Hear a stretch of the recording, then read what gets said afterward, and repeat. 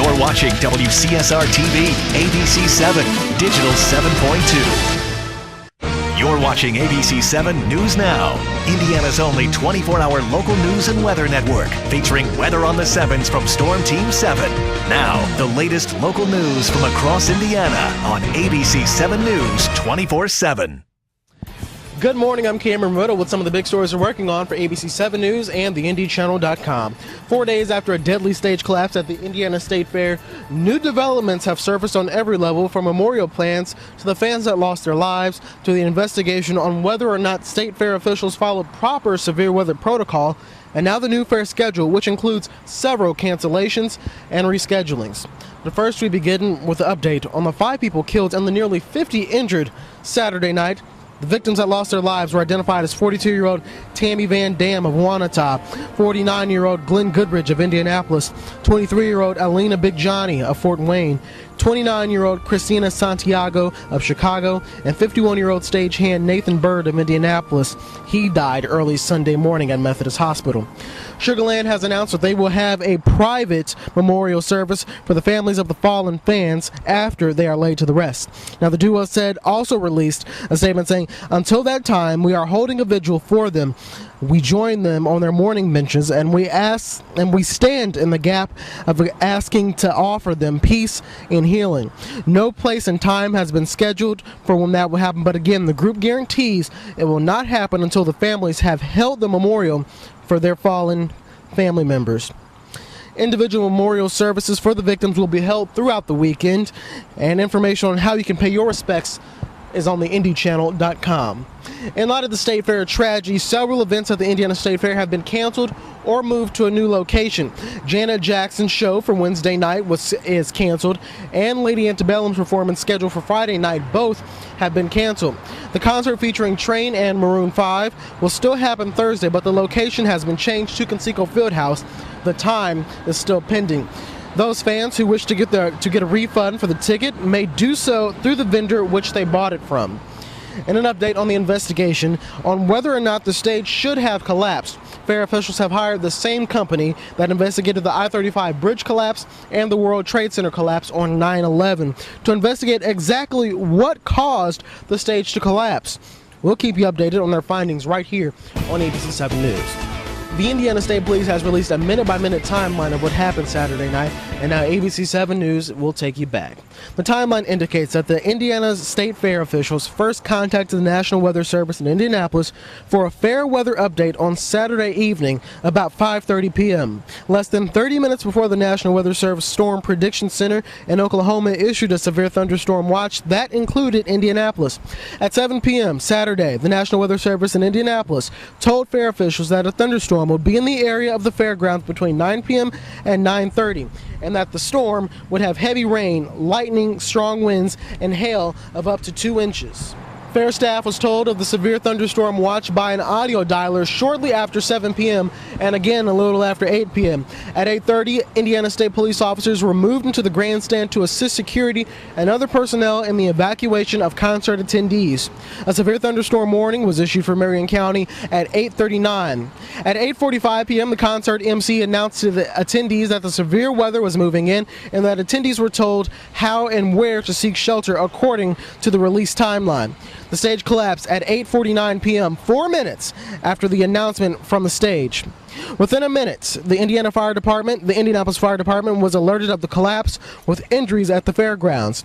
At 8:51 p.m., IFD workers who were on the site responded to the collapse, and additional IFD and EMS units were dispatched to the scene. By 8:54, crews had confirmed a collapse with multiple injuries. At 8:55, the Indianapolis Metropolitan Police Emergency Response Group arrived at the scene of the collapse. The Marion County coroner was called to the collapse at 9:06, and power was cut to the stage at 9:13. Someone from the coroner's office did arrive at 9:15. At 10:03, the incident was upgraded to a mass casualty incident level 3. 2 minutes later, all patients had been transported from the scene, including all 5 who died. The Indiana Task Force 1 was called to search the rubble at 10:26 p.m., with the search being beginning a half hour later.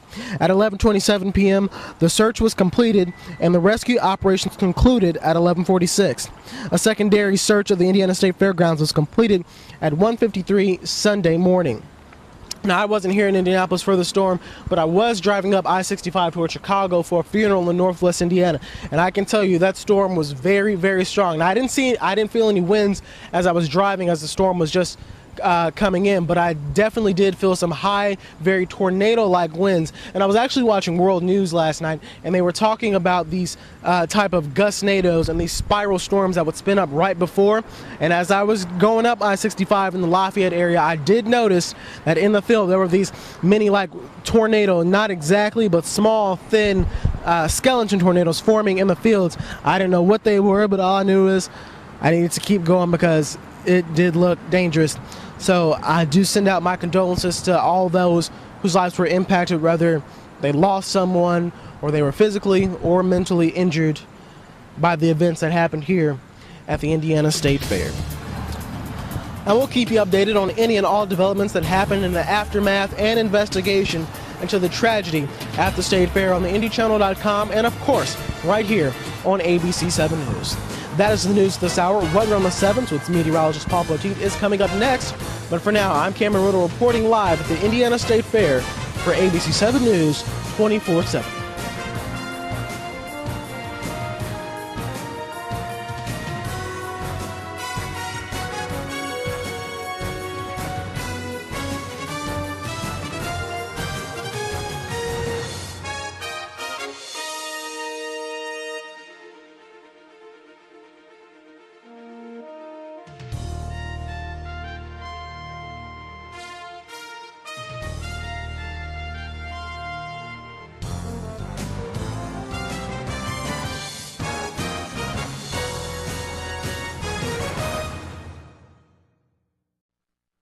In a world of injustice, there is one ruling force that seeks truth no matter where it hides. You were expecting someone else? Judge Judy rules at 4 on ABC7. Join the conversation. Follow Cameron on Twitter. Join us. Join us Join us. Join us. At the table. Get ready for The Chew, a new talk show where everyone brings something to the table. Fantastico. Join The Chew, weekdays, coming Monday, September 26th, only on ABC. ABC7 News 24/7 continues with weather on the 7s. Webcam weather sponsored by Hoosier Park Racing and Casino. 2 original 22-foot steel beams from the World Trade Center on display at Hoosier Park. That'll be Sunday in the yard from 9 a.m. to 6 p.m. for the tribute and remembrance of the events of 9/11. So that's going on Sunday. For more information on that at Hoosier Park or any kind of an event happening at Hoosier Park, go to their website, which is HoosierPark.com. PaulPoteet.com, reporting for duty here on Friday. Very happy to see Friday come. And if you're looking for storms, you may see that too in the next few days. That's one of our weather headlines as we move into webcam weather for today. The chance of scattered showers and thunderstorms going to be with us all the way through the weekend, although it looks like the best chance of seeing any kind of organized precipitation is going to be Saturday afternoon and Saturday night. And temperatures will remain above the average, which would be into the low 80s normally this time of year, but we can easily forecast about 87 today. Is that going to do it for you? 87 degrees here and in Lafayette and in Muncie. About 89 Indianapolis and Terre Haute and Bloomington. I mentioned that the chance of showers and thunderstorms will be around. You see the best chance there to the southwest. That's closest to the area of low pressure that's nearest us today at the surface, which is back toward Missouri. So chances of scattered showers and thunderstorms, probably a little better threat south and southwest of Indianapolis. Tomorrow, the chance will be statewide, I think. The best chance of it will be in the afternoon and early evening. As you look at tomorrow's big map, maybe we could use some of that rain.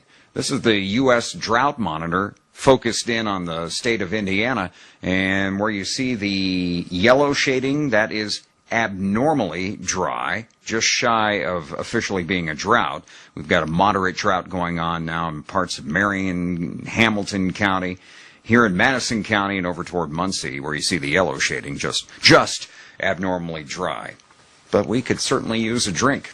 And there are a couple of shots of showers that are in the 7-day forecast now from paulpoteet.com. Friday, Saturday, Sunday, chances. And as we've learned here in this discussion, the biggest chance comes Saturday afternoon and Saturday night. 87 will be the hot high today, so it'll be a toasty tailgate as you head to your high school football action tonight. The overnight low, 65, or for that matter, going down to Indianapolis for the Colts preseason home opener. The action Saturday may be in the skies in the afternoon and evening. Chance of scattered showers and thunderstorms, high of 88. Another slight chance Sunday, high of 84. And then, of course, just in time for Monday, it starts turning nicer, but still above or near average next week. Call it 83 Monday, 82 on Tuesday, 84 Wednesday, and it may turn warmer again by about Thursday of next week. We'll turn to that later on. In the meantime, you enjoy your weekend. Stay up to date on what's happening in Madison County by staying connected with our websites. And with webcam weather, I'm meteorologist Paul Poteet.com, sponsored by Hoosier Park Racing and Casino.